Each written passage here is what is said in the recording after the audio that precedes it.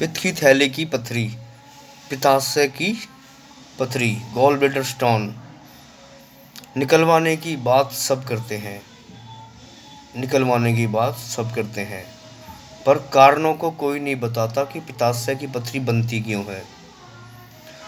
इस कारणों में आपका समाधान छुपा है। अगर आप कारण को जान लो तो समाधान आप किसी भी दवाई से कर लो, किसी भी आयुर्वेदिक दवाई से आप उपचार कर लो।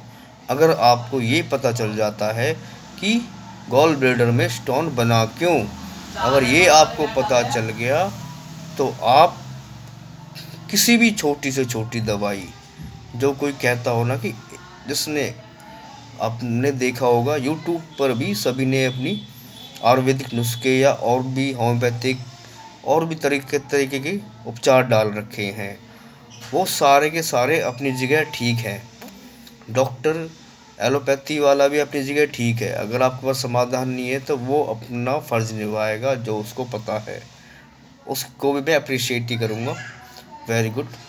और क्योंकि और जो और आपको दवाइयाँ बता रहे हैं वो सब भी सही कहते हैं, बशर्ते आपको कारणों को जानना पड़ेगा।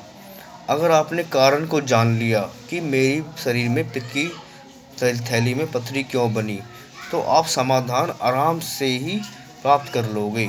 यानी सिस्टम को आप जान जाओगे। यानी कि आपने दिन भर दिनचर्या आपकी कैसी रहनी चाहिए, रात्रिचर्या कैसी रहनी चाहिए, ये आप जान जाओगे। दिन में कैसे क्या करना है, क्या एक्टिविटीज़ करनी है, वो सारी बातें आप जान जाओगे। तो आप पित्त की थैली में से पथरी बड़े ही आराम से निकाल पाओगे। निकल जाती है, फूट जाती है, पाउडर बन जाता है उसका और निकल जाती है। अब कहेंगे कैसे निकल जाती है, तो कैसे के लिए हम जो खाना खाते हैं, दाल रोटी चावल कुछ भी जो हम खाते हैं, उसका रस बनता है 4 घंटे बाद, और वो रस सभी कोशिकाओं को पहुंचाना पड़ता है। आपको अंग जरूर दिखता है पित्ताशय, आपको अंग जरूर दिखता है लीवर, आपको अंग जरूर दिखता है अन्य हृदय, किडनी, मूत्र थैली और बहुत सारी चीज़ें। तो ये सब क्या है, सेल हैं, कोशिकाएं हैं। 600 करोड़ कोशिकाओं से मिलकर आपका ये शरीर बना हुआ है। जो भी हम खाना खाते हैं उसका रस, जो लिक्विड पार्ट है, सभी कोशिकाओं को मिलता है, सभी कोशिकाओं को, नीचे से लेके ऊपर तक सभी कोशिकाओं को। किसी को भूखा नहीं रखा जाएगा। पित्ताशय के पास जो सेल होगा, पित्ताशय यानी पित्ताशय की जो थैली है, वहाँ पे भी जो कोशिकाएं हैं वो भी एक कोशिका ही हैं, और उनको भोजन लेने का अधिकार है। और जो आप खाना खाते हो वो भोजन उनके पास तक भी जाता है। उसी भोजन में हम औषधियों का चुनाव करते हैं। औषधि का काम क्या है, सीधा उस पत्थर पे अटैक करना, उस पत्थर को तोड़ना, उस पत्थर को पाउडर बनाना। आप अगर नाशपाती का फल है उसके बारे में भी अगर आप जानोगे ना, तो वो भी किसी प्रकार के पत्थर को पाउडर बनाने की क्षमता रखता है, नाशपाती। और एक पौधा है पत्थर चट्टा, पत्थर चट्टा भी यही काम करता है, पत्थर को तोड़ने की ताकत रखता है। गोखरू भी यही काम करता है, किसी भी पत्थरी को तोड़ने का काम करता है। ऐसे ही होम्योपैथिक में चीज़ एक है, नाम अलग अलग जरूर है, पर समाधान हो जाता है। पित्त की थैली नहीं निकलवानी पड़ती। पित्त की थैली का बहुत ही महत्वपूर्ण योगदान है हमारे शरीर में, हमारे जीवन में। ये सुरक्षा गार्ड है, ये सैन्य, ये कह लो आपका सिक्योरिटी गार्ड है। ये आपकी नई कोशिकाओं का निर्माण करता है। नई कोशिकाओं को बनाने का सारा दायित्व आपके पित्ताशय के पास ही है। लीवर का सहायक अंग है, लीवर का उपअंग है, लीवर के सारे कार्य करने वाला है।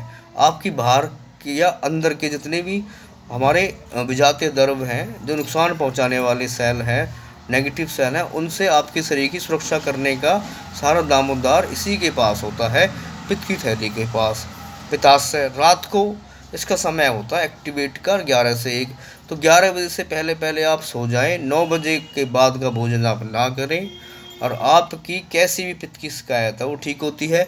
एसिड लेने वाले तत्वों को आप छोड़ दो, अल्कलाइन यानी क्षारीय भोजन आप लेना शुरू कर दो, तब भी आपके शरीर में से ये पित्त की थैली में से पथरी आराम से निकल जाती है, बिना किसी सर्जरी के। सर्जरी समाधान नहीं होता वैसे तो, पर आपके पास जब समाधान नहीं है, आपके पास कुछ जानकारी नहीं है, आप तक कोई बात पहुंची नहीं है, तो आपकी मजबूरी हो जाती है। पर उस मजबूरी का भी आप फ़ायदा ना उठने दें। अगर आपको लगता है कुछ भी समाधान नहीं है, तो आप फल सब्जियां इत्यादि खाने लगें और छिलका ज़रूर खाएं, फाइबर ज़रूर खाएं, और जो बादी वाली चीज़ें वो ना खाएं, बीज वाली चीज़ें ना खाएं, जैसे गोभी, टमाटर, पालक, ये इस तरह की जो भी बहुत सारी सब्जियों का चुनाव है वो नहीं लेनी पड़ती इन केस। और आपके शरीर में से पथरी निकल जाती है, पित्त की थैली निकलवानी नहीं पड़ती। आपको विकलांग नहीं बनाया जा सकता। आप विकलांग बनना चाहते हो तो वो आपके ऊपर है।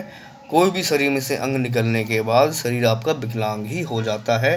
पिताश्रय भगवान एक बार देता है, बार बार नहीं देता, और बार बार नहीं देता तो इसलिए कहने का मेरा यही है कि जो है उसको वैल्यू दो, और वैल्यू देने के लिए थोड़ा खोज कर लो, थोड़ा पेशेंस रख लो। समाधान हर चीज़ का है, हर चीज़ का समाधान है। ऐसा कोई रोग नहीं है जिसका समाधान नहीं है, ऐसा कोई रोग नहीं है जिसका समाधान नहीं है। कर्म करो पर सही काम तो करो, आपको रिजल्ट ज़रूर मिल जाएगा। धन्यवाद।